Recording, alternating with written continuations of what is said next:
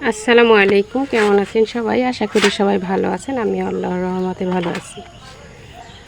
কাছে দূরে দেশ এবং দেশের বাইরে যে যেখান থেকে আমার ভিডিওটি দেখছেন সকলকে জানাই আন্তরিক দোয়া এবং ভালোবাসা। তো ভিডিওটিতে দেখে অবশ্যই একটি লাইক দিতে ভুলবেন না। তো আজকে গায়ের মানুষ সকালে আসলে কি রান্না করে, গায়ের রান্না বাড়া আসলে খুবই সাধারণ রান্না আর কি। তো আজকে আমি এখানে কই মাছ নিয়ে নিয়েছি। তো এই মাছটা শাক দিয়ে কীভাবে রান্না করে দেখতে থাকি, আশা করি ভালো লাগবে। তো এই যে কুমড়ো গাছ, এই কুমড়ো গাছ থেকে 2-3টা ডগা তুলে নিয়েছি। তো ওইটাই আর কি সুন্দর করে কেটে নিয়েছি। তো কড়াইয়ের মাঝে সব মশলাগুলো দিয়ে নেব। এখানে ধনিয়ার গুঁড়া, হলুদের গুঁড়া, লবণ আর মরিচের গুঁড়া, কাঁচামরিচ, রসুন, পেঁয়াজ।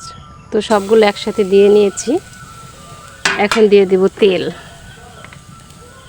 তো অনেক দিন পর আজকে চুলায় রান্না করতে আসলাম, যেহেতু একটু শুকনা শুকনা ভাব আছে, রোদ উঠে এখন প্রচুর। যদিও পরশুদিন বৃষ্টি হয়েছে, চুলাটা পুরাপুরি শুকায় নাই ঢেকে রাখার কারণে।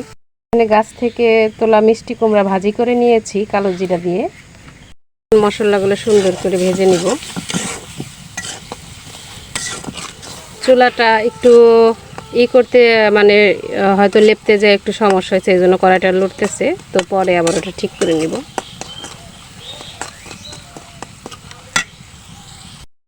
মশলাটা সুন্দর করে কষানো হয়ে গেছে। তো এখন একটু পানি দিয়ে দিব। তো আরও কিছুক্ষণ কষিয়ে নেব সুন্দর করে। মশলাটা খুব সুন্দর ফুটে গিয়েছে আর কি, কষিয়ে নিয়েছি।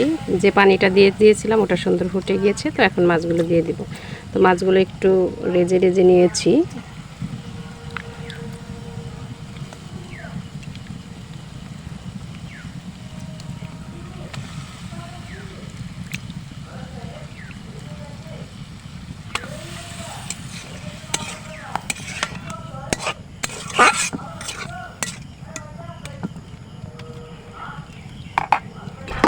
তো এখন ঢাকা দিয়ে দেব।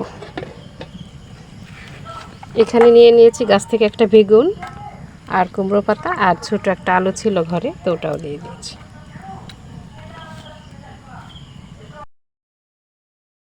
আমার এগুলো সবগুলো সুন্দর করে কষানো হয়ে গেছে। এখন ধনিয়া পাতাগুলো দিয়ে দিব।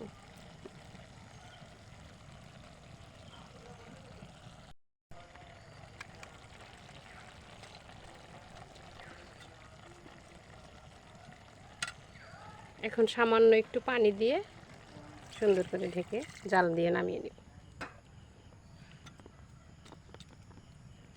তো এখানে ভাত ঢেলে নিয়েছি। যেদিন রান্না করতে আসি চুলায় পুরা রান্নাটাই করি আসলে।